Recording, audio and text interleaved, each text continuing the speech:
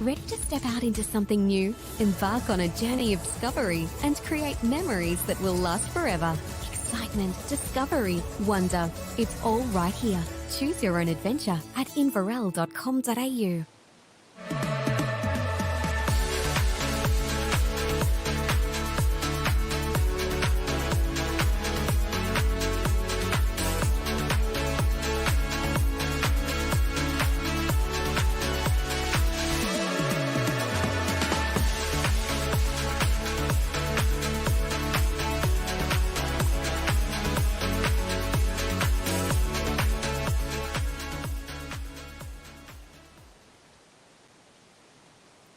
Hello everyone and welcome to Oz Cycling's coverage of the National Road Series. It's the 67th running of the men's Grafton to Inverell, and we've had a couple of editions of the women's Gibraltar to Inverell as well, all being powered by CWP Renewables.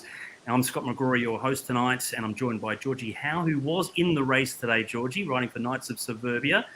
How was it? That's the first question. Are you okay? How's the legs right now? Well, the legs are pretty good. We've just made the road trip back from Inverell in the team car, and it was a tough race out there. We started out in pretty chilly conditions, but beautiful conditions in the Gibraltar Range, and finished in the great town of Inverell. Well, they have had a lot of rain up in this region and up into Queensland as well over the last few months. It was raining yesterday. I was a little bit worried about the weather and the conditions, but it was perfect for a long race as well. You raced in the Melbourne to Warrnambool also. This is now the second of the long road races that the women have been able to race in Australia. What about the course today, the distance and the terrain? What was it like? It was quite challenging from a tactical perspective. It was very much your typical rolling highway roads. So the legs were zapped on those ups, and then you're able to recover a bit on the down. So the peloton, it stayed well and truly together. There were some times where we tried to split it apart, but came to a punch kick at the end. Well, what were you hoping for? I know you're a strong rider, so were you hoping for it to be a bit harder from the start, just to make it a bit more tougher for you? Yeah, I do well sprinting after a hard race, so I would have loved it to be a bit harder. And look, we did. We went in with a fairly solid race plan as a team for Knights of Suburbia. I went for the plan was to get the quad points, so went for that first one. And then, it was, we tried to keep the pace on as much as possible. Giant tried to keep the pace high as well in the first half of the race. And then, things got animated after the second climb. I think at the 81 Ks in mark. Well, you did start at the top of the Gibraltar Range, whereas the men, of course, started in Grafton and raced up that very long climb. But we did talk to a few of the other ladies right before the start as well, including one of the favourites in Emily Watts. It's been really good. I think a lot of the girls we've got here went to Brisbane, so we've had prep with other races, and of course there's been heaps of races in the calendar. We've had a little bit of sickness in the team, so we're a juiced team, but that's all right. Have you got me back? We're strong, so everyone's prepped well. Yeah, and how do you think the team's going to go today? I think, it's 140 Ks. It's going to make a lot of riders. Whatever happens, I guess. It's going to be a strong race. Have you raced this before? Yeah, so I raced last year. I haven't done the full distance of the 200 and something, but I've done the 140 last year. So if it ends up in a sprint like last year, we're prepped for the sprint, but there might be a breakaway, so we'll see. I think we're looking at inform. Of course, we've got to look at Staminade, and we just got to look for everyone really. Anyone can win this race. It's been a bit unusual to my normal lead-ups. I've done a lot of bike packing, and I've been hiking and doing a lot of long endurance stuff. So we'll see how it goes. Yeah, and how do you think the team's going to go today? We're a pretty small team. We lost another rider to illness this morning, so there's actually only 2 of us starting. I think that takes a lot of the pressure off us, which I think could play in our favour. Yeah. What's the conditions like today out there? It's a little chillier than expected, but thank God it's not raining, so we're kind of grateful for that. Yeah, and how's the team been preparing for this race? We've just, been putting in some extra kilometres. We've come off a big summer of racing, so a lot of us are just kind of searching for a bit of a break, but we're still fit and kind of holding strong. Well, Sophie Malawecki there as well. Emma Bloor from the Inform team as well. They've been a strong team as well, haven't they, Georgie? The Inform TMX Make squad over the last few races as well. Matilda Reynolds is one of those stars as well. This wasn't the race for her. Look, they came with a really formidable force in Chelsea Holmes and Ella Bloor, and they actually really animated the race, even though they had those 2 people. mass respect to them, actually. I actually went up to the two of them after the race and said, look, you guys made it hard. Unfortunately, they chased me and Gina down when we made that break within about 15 Ks to go. But all the more credit to them, they really did. They came to the party. Let's have a look at how the race rolled out from the start at Gibraltar. In, as you said, already fantastic conditions, nice peloton as well. Lots of teams represented. We saw the yellow bikes there of the ARA Pro Racing Sunshine Coast squad. They're always strong. However, their number one rider, who leads the National Road Series, Georgie, Maeve Plouffe, she wasn't here to defend that points lead because she's on a plane going to Canada for a Track World Cup. So that's to everyone else's advantage that Maeve wasn't here. Yeah, Maeve is a formidable competitor. She is so strong, especially in that seated sprint. It really added a new dynamic to the race. We had Emily Watts in the under 23 leaders jersey, so our aim was to keep her in that. But yeah, Maeve not being there, ARA still came with a really formidable rider in the rider of Alex Martin Wallace and also Anya Lowe with support from Rachel Wales. I did mention the rain that's been in the region. What that has done, though, is also made it very green, very lush. I'm not sure if you took any notice of the countryside. Certainly beautiful bike racing territory up here.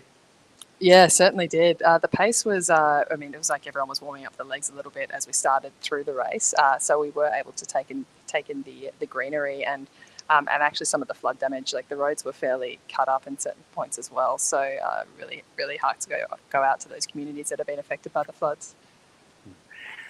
Reasonably, would you say comfortable terrain to start with? You can see, there wasn't a lot of action early on in the Gibraltar to Inverell for the women's race.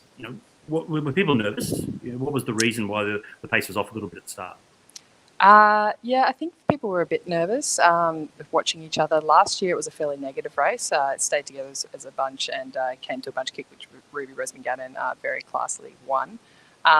But I think people had that experience from last year in mind and were mindful that it could potentially be a long day in the saddle. So no one really wanted to take the reins. To their credit, Giant Racing actually drove the pace quite a bit in the first 50 Ks and did a good job of it too.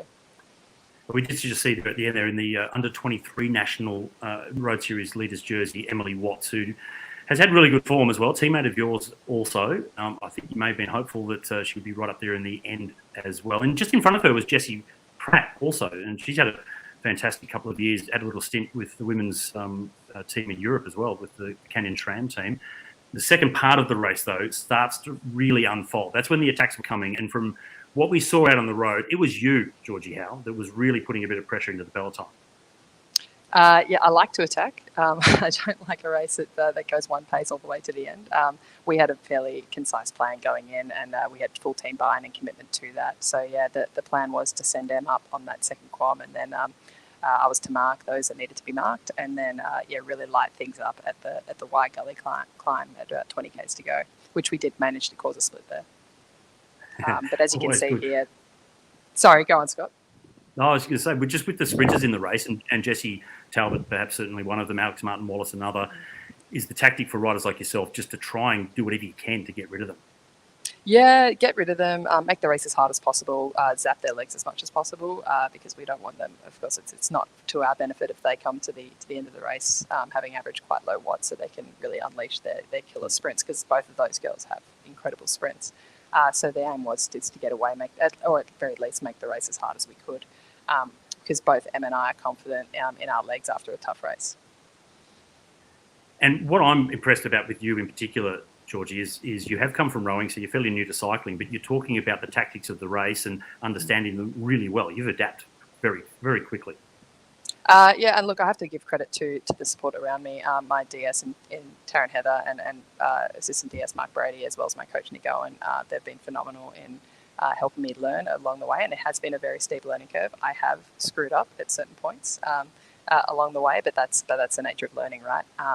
And you get through it. Like I learned a lot about breakaway riding at the Melbourne to Warrnambool, and I got to practice it here, as you can see, with Josie, Gina, and Anya. But unfortunately, it wasn't a cohesive breakaway this one. So it was hopeful, but we couldn't quite make it stick. Yeah, and that is you. That's the colours of Knights of Suburbia, just at the back of the group there, really trying to force the pace. A lot of attacks towards the end there. Here's another one that you were in as well. So you were very aggressive, but informed TMX mate there as well. Staminade, Sydney Uni Staminade is there as well. Josie Talbot herself actually covering that one.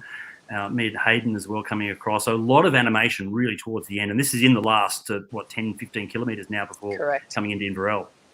Yeah, that's right. And as you can see here, this is Gina and myself. I actually managed to sneak away on the narrow country roads at about would have been about 10 k's to go, and we built a pretty sizable lead fairly quickly. But then it all came back together and let out for the bunch kick, as you can see here. Which Alex Martin Wallace. Look, I trained with her for the past 3 weeks at the track. I saw that kick firsthand. She is phenomenal. Certainly was a great sprint, and she had a lot of track training in the last few weeks as well. So using that power, Alexandra Martin Wallace to come away with the win in the Gibraltar to Inverell for the women. Josie Talbot picking up second place. She was a little bit disappointed. We hear from her in just a moment after the race. And Anya Lowe, which is Alex's teammate, for third place. So ARA, Pro Racing Sunshine Coast, going back-to-back winners because it was their teammate Ruby Roseman Gannon picking up the win last year. So they were a very happy team to get 2 wins in a row. And I did get to catch up with Alex Martin Wallace after the finish. Alex, congratulations. Great ride for you. How was it to win that in the sprint? Yeah, it was really exciting. The last 15 Ks were pretty interesting, lots of attacks. Wasn't really sure what was going to happen, so I'm really happy we made it work. For you, knowing that you've got a good fast finish, what were your tactics? What were you thinking when all those attacks were happening towards the end? I really just had to make it through without spending too much energy. Towards the end, there was a little breakaway and thought maybe I should try and launch Anya across, so I did that, and then when it came back together, we just set it up for the sprint. And you're part of the national track program, so how is that an advantage or not, for a race like this, an endurance road race? Yeah, obviously it's good for the short power, like 4 minutes and under, which helps a little bit on the punchier climbs and in the sprint. And I'm glad recently I've been able to do more road stuff and focus on it a bit more, so yeah. Well, they both benefit each other, I guess, so congratulations. Great ride today. Yeah, thank you very much. Was certainly powerful sprint as well. And Josie Talbot, as I said, did finish second in that one. She was a little bit disappointed with just how that played out in front of Anya Lowe, Lucy Fidis as well, and Emily Herfoss. So mother only the last, I think, year and a half for Emily, and back in at the very top level, Georgia. 12th place for you, Georgie. So how did you feel about your race today, and how it all unfolded for you? Look, as a team, we came in with a plan. We executed. Just it's a matter of, I think after Gippsland, I'm not going to be let off the front again. I tried a few times. I tried many times today to get off the front. But then as soon as we hit that descent in the 5K, it was all in for Em and her sprint. I had full trust in those legs of hers. So I was more than happy to do a 3K lead out at the end. And it was fun. It was fast. We'll come back. We're always here to animate the race and race as hard as we can. We're never just here to roll around. Yeah, I'm sure, absolutely. Well done today on a good ride, good performance, and of course, great results from all of the women here at the Gibraltar to Inverell. We'll be back after this very short break, and we'll have Mark O'Brien to talk us through the men's race. Thanks, Georgie. Thanks, Scott.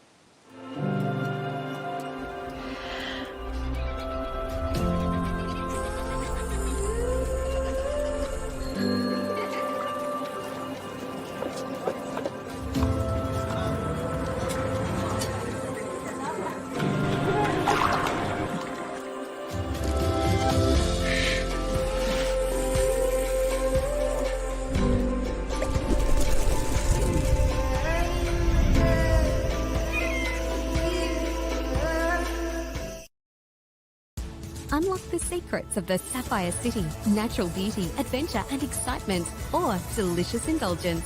Whichever path you choose to take, adventure awaits. Choose your own adventure at inverell.com.au. Welcome back to our coverage for Oz Cycling on SBS, of course, as well, for the Grafton to Inverell. And Mark O'Brien joins me this time. We're going to talk about the men's race. Marco, different conditions for you slightly because you started in Grafton, much longer race. Tell us about the distance, why that's so challenging, and what's so tough about this race in particular for the men. Well, that's pretty lucky because, as you said, it was pouring yesterday, so I was a bit nervous about having a wet Grafton. I don't think they've had one since about 2004 or something, I reckon, when Hendo won. Where it was just filthy headwind all day. So I was pretty happy when it was mild temps. I was looking at the women's race starting on top of Gibraltar, and it was going to be 1 or 2 degrees. So I was pretty stoked we were starting in Grafton, and it warmed up by the time we got there, Scotty. But it was 228k, very undulating, pretty hard all day. Gibraltar in the middle is like the centerpiece, but it's still a very, very long way to go from there. So It's just renowned as being a really tough race, and by the time you get to Glen Innes, everyone's on their knees. So it's just comes in a my style of race where no one can crack 500 watts, and I'm ready to go. Well, so you talk about Gibraltar, the Gibraltar Range, fantastic national park. That is such a long climb, but it's really early in the race, before halfway, and there's no descent. This is the tricky thing about this. You go up this long climb and you get nothing out of it because there's no descent. It's flat across the top as we go across the tableland across the top there. What makes this race so hard? If the climb's so far from the finish, how does that play such a role? You typically get a few climbers, like in the past, had guys like Lockie Morton, Ben Diable, or even myself, trying to have a bit of a dabble there, make it harder for others. Rarely you get away because there's a fair sit on the climb, but you can actually put them a bit of hurt in their legs more so than your own. And then by the time you crest the top, there might still be 20 or so guys still in the race. A lot come back, but they tend to have spent a lot more bickies than what you have. And then from there, it's just incredibly aggressive across the top. No descent, it's just a plateau. Can be really cold. A few years we've had shocking weather across the top. And then it's just really undulating, perfect for launch pads. And when, unlike the women's race, which they start at the top, so you're sort of hitting those rollers quite fresh, we've had a 16K climb beforehand, so everyone's feeling it a bit as well. And then, as I said, once you get to those rollers, they really start to sting the further you get into it. Guys start falling apart, and then often a strong move will end up riding away. Well, we did catch up with a few of the riders before the start, of course, including Troy Herfoss, who was a former Australian superbike champion that's fantastic on the bike as well. And we spoke to you as well, Mark O'Brien. It's a race I favour because, as you know, it's so hard. So being in a team helps, obviously, but you usually find when you get to Glen Innes, there's only the best guys in the teams left anyway.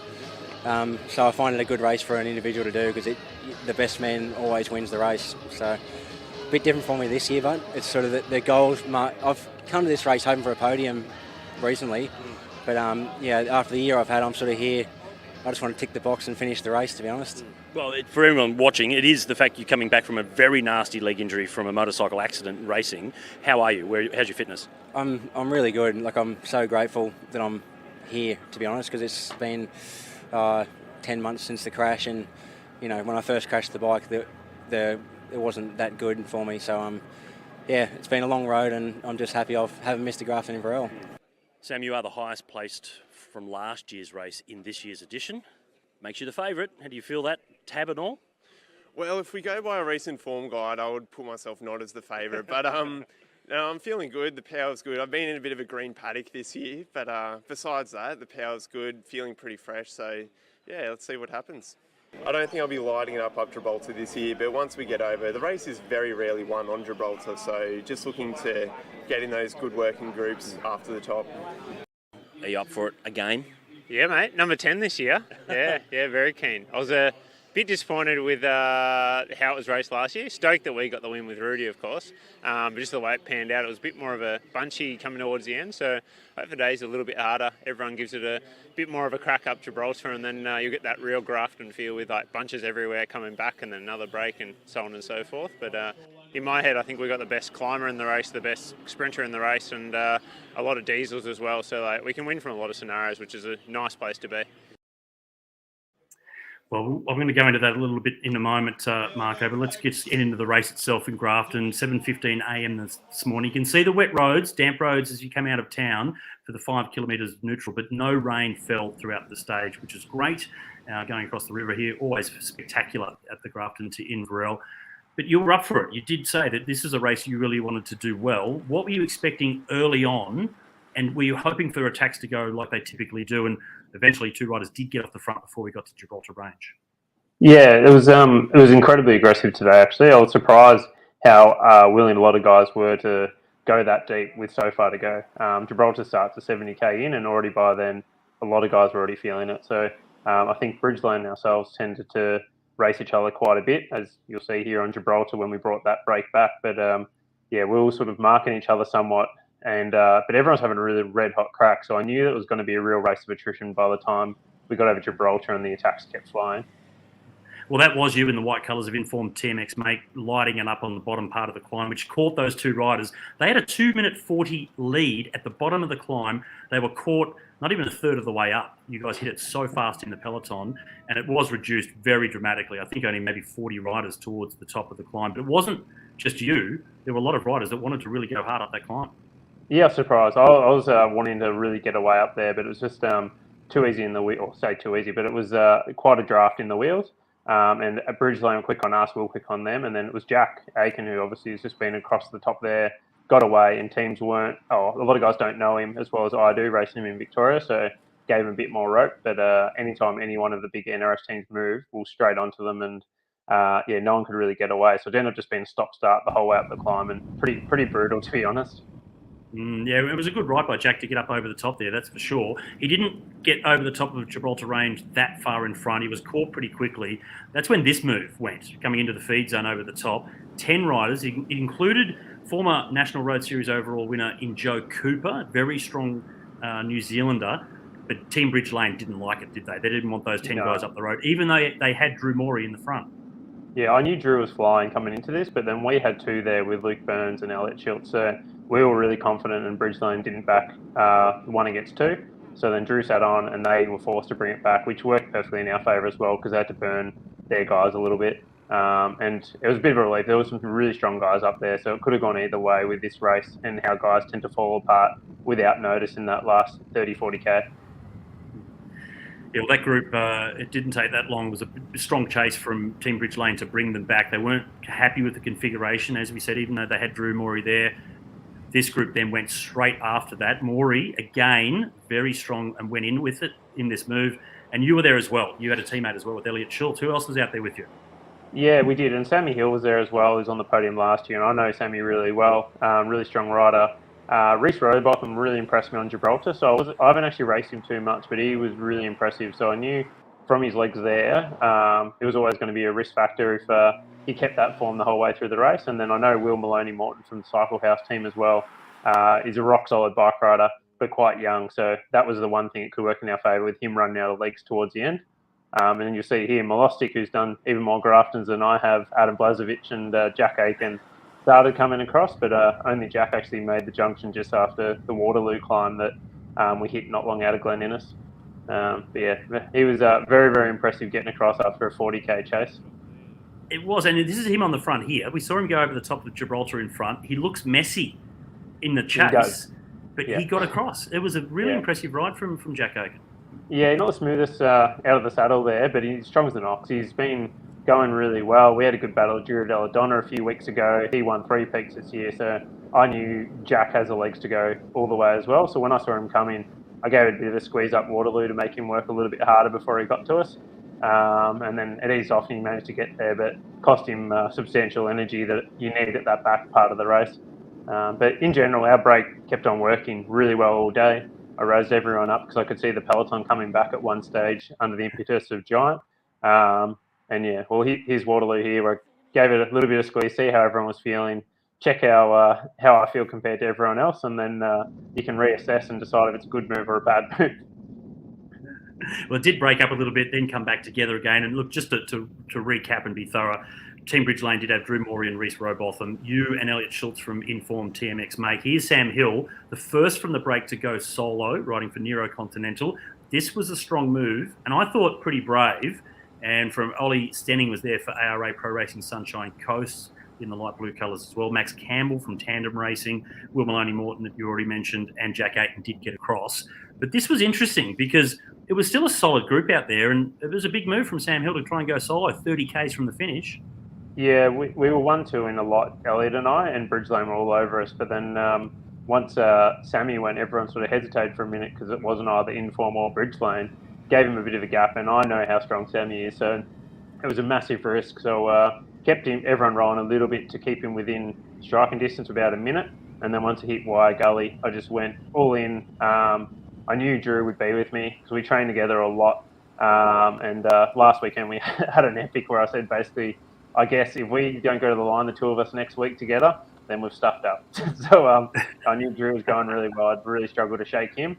And I was hoping to get rid of Sammy here just because I know he's a lot quicker than I if it comes to a sprint. So this is the last hill here where Drew and I had a bit of a crack at each other and fortunately managed to distance Sammy. But typically, if I'm not solo over the last climb, Scotty, then I'm probably running second.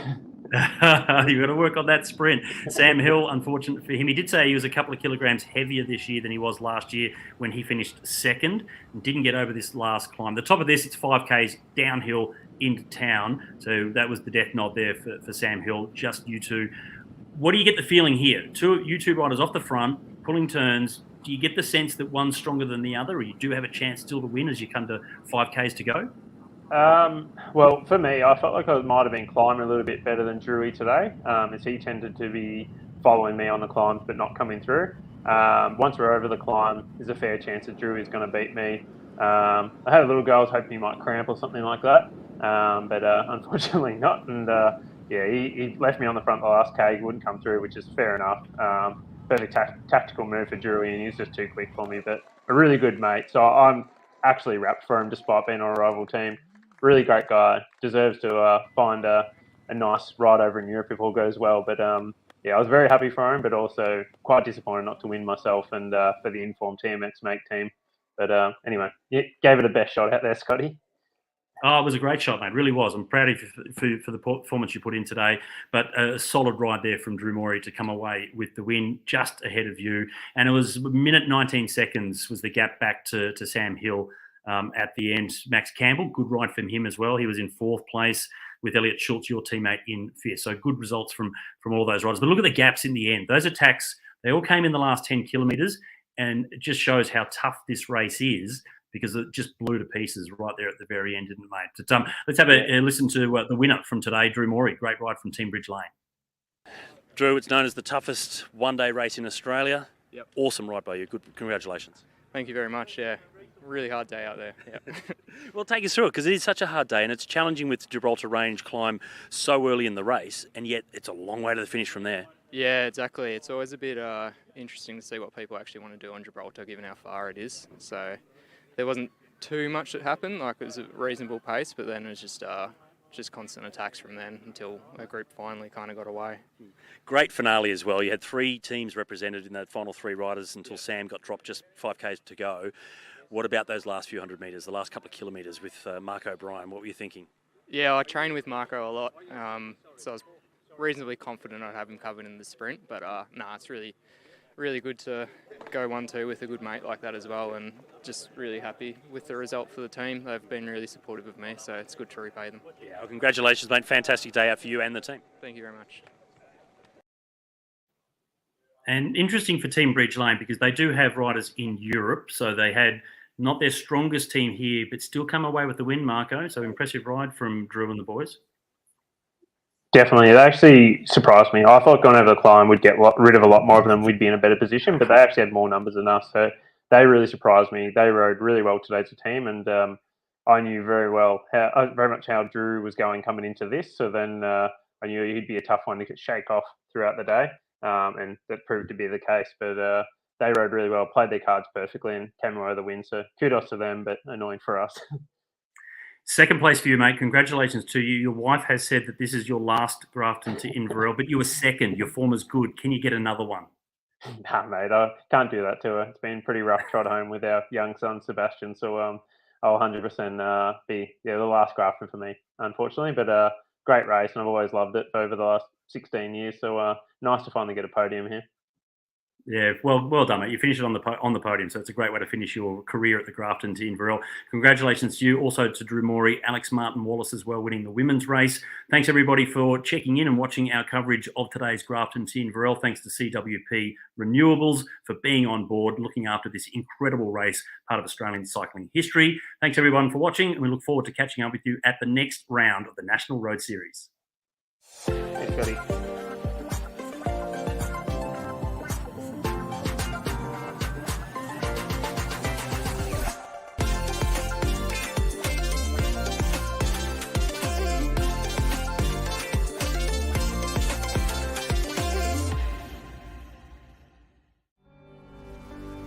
There are loads of people holidaying in our backyard, and why not? It's gorgeous. We love that you connect with our way of living.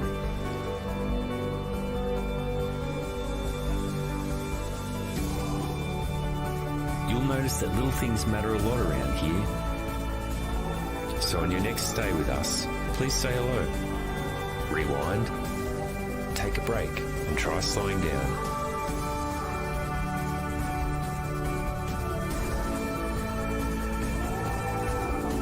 The Clarence Valley. My kind of happy.